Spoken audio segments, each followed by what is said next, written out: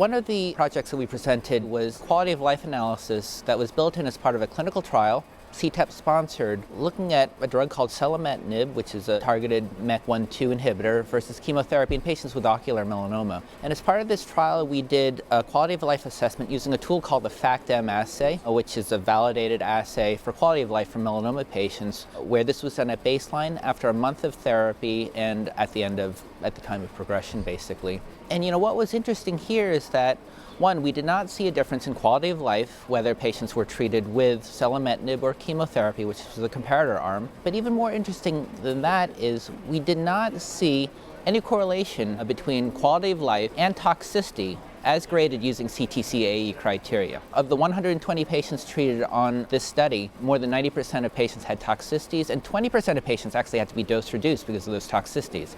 So this was significant.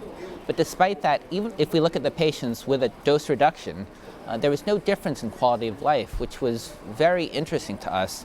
And I think told us that maybe several things could be going on. One, it brings into question maybe the sensitivity of this tool, FACT-M, in terms of determining quality of life as reflected by toxicity. That being said, this is a validated tool. But two, it may be that our sense of toxicity and the patient's sense of whether that meaningfully impacts their quality of life, maybe there's a discrepancy there. And so if we're looking at toxicities such as fatigue, loss of appetite, things that are really very subjective, maybe our objective grading does not well match with the way that patients feel.